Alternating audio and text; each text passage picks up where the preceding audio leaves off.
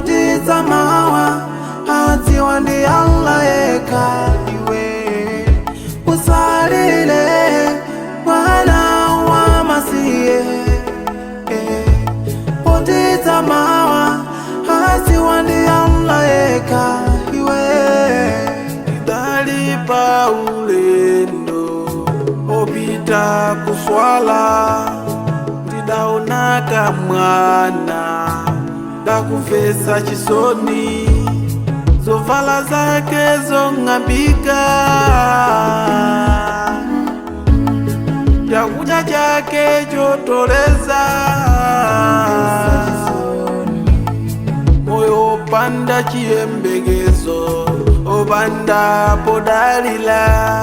Nditamufusa mwanayo adandiyankha ndine wamasiye, makolo anga ose adamwalira kale kale.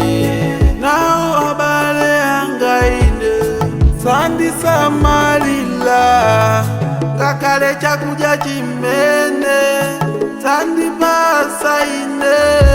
Usalile mwana wa masiye, potiza mawa adziwa ndi Allah yekha. Iwe usalile mwana wa masiye, potiza mawa adziwa ndi Allah yekha. Uye kugona pakati ndikuchenjera, koma podzuka iwe ndipomwe umapusa. Kumanda sikusankha munthu sudziwa zamawa, azalele ana anu ndi ndani inu mukatisiya. Moyo sulonjezeka umasiye sapempha, katungwe nkukankana zangawe. Ndiye tikama wazunza ana masiyewa, Allah amatichosera mdalitso watu.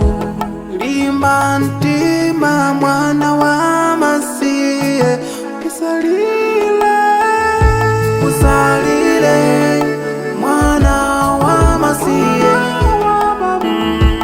potiza mawa adziwa ndi Allah yekha.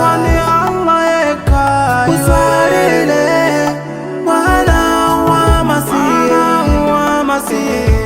potiza mawa adziwa ndi Allah yekha. Usalile mwana wa masiye, potiza mawa adziwa ndi Allah yekha. Usalile mwana wa masiye, potiza mawa adziwa ndi Allah yekha.